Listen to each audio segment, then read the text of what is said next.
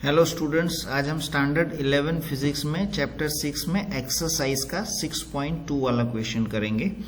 Question क्या है? In the HCl molecule the separation between the nuclei of the two atoms is about 1.27 angstrom. 1 angstrom equals to होता है 10⁻⁻10 metre.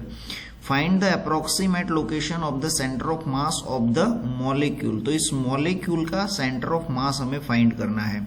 Information में क्या क्या given है? तो जो हाइड्रोजन एटम है उसकी कंपैरिजन में Cl का जो मास होगा वो कितना होगा? तो इट इज 35.5 टाइम्स ज्यादा होगा। ठीक है, अब देखो यहाँ पे हमें H एंड Cl यानी hydrogen atom and Cl atom के बीच का सेपरेशन दिया हुआ है एंड सेपरेशन कितना गिवन है? तो ये सेपरेशन हमें गिवन है, इट इज 1.27 एंगस्ट्रॉम। ओके, इतना सेपरेशन है इन दोनों के बीच का। अब देखो, इसको समझने के लिए हम यहाँ पे कार्टेशियन कोऑर्डिनेट सिस्टम का रेफरेंस लेते हैं। तो let's say this is the x axis. Okay, और वैसे ही यहाँ पे हम एज्यूम करते हैं let's say this will be the y axis. Okay, सबसे पहले हम यहाँ इसके पोजीशन कोऑर्डिनेट्स लिखते हैं। तो पोजीशन कोऑर्डिनेट्स क्या हो जाएंगे? तो देखो, इसके पोजीशन कोऑर्डिनेट्स में यहाँ पे सबसे पहले इसके पोजीशन कोऑर्डिनेट x1 y1। तो x1 y1 कोऑर्डिनेट्स इसके क्या होंगे? तो इट इज 0 0। वैसे ही अगर हम Cl के लिए पोजीशन कोऑर्डिनेट्स लिखना चाहते हैं तो इसे हम बोल देते हैं x2 y2। तो इसके x2 y2 कोऑर्डिनेट्स क्या होंगे? तो देखो, ये हाइड्रोजन से Cl तक का x एक्सिस के ऊपर उसका जो सेपरेशन आपको दिया हुआ है वो कितना है? तो it is 1.27 angstrom.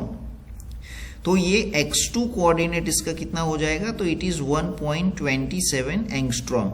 And y2 coordinate इसका कितना होगा? तो y2 कोऑर्डिनेट इसका हो जाएगा 0। ठीक है, अब देखो इसमें आगे देखते हैं। आगे हमें मास के बारे में भी इंफॉर्मेशन दिया हुआ है। मास के बारे में क्या इंफॉर्मेशन दिया है? तो देखो, अगर हम इसके मास को m1 बोलते हैं, इसके यानी हाइड्रोजन के, तो हाइड्रोजन के मास को अगर हम m1 बोलते हैं तो इसका मास होगा m1 equals to m। And यहाँ Cl के मास को सपोज हम m2 बोल देते हैं तो इसका मास कितना होगा? तो it is 35.5 times of m, ये हो जाएगा। ठीक है, अब देखो पोजीशन कोऑर्डिनेट्स हमें मिल गए हैं। Now we wants to find the centre of mass. तो इसके लिए एक फॉर्मूला हम जानते हैं, centre of mass equals to क्या होता है? तो it is m1 x1 plus m2 x2 upon m1 plus m2 upon m1 plus m2। Okay, अब देखो m1 के बराबर क्या है? तो m1 के बराबर हमारे पास m है। x1 के बराबर क्या है? तो x1 के बराबर 0 है, प्लस m2। तो m2 के बराबर क्या है? तो it is 35.5 m। And position coordinate x2, तो x2 के बराबर क्या है? तो इट इज 1.27 एंगस्ट्रॉम। ओके, अब डिनोमिनेटर में m1 प्लस m2, तो m1 प्लस m2 क्या हो जाएगा? तो देखो यहाँ पे ये m है और ये 35.5 m है, तो टोटल मास यहाँ कितना हो जाएगा? तो इट इज 36.5 m, ये हो जाएगा। ठीक है, अगर हम इसको सिंप्लीफाई करते हैं, ये वाला टर्म 0 हो जाएगा, बाकी जो बचा हुआ है इसको अगर हम सिंप्लीफाई करते हैं तो हमें यहाँ पे सेंटर ऑफ मास मिलेगा और वो कितना मिलेगा? तो इट इज 1.24 एंगस्ट्रॉम। तो centre of mass of the molecule, HCl molecule का सेंटर ऑफ मास हमें कुछ ऐसा मिलेगा, 1.24 एंगस्ट्रॉम।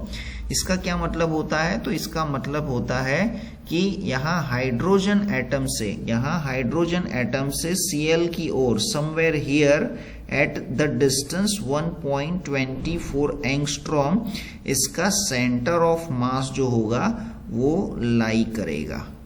Thank you.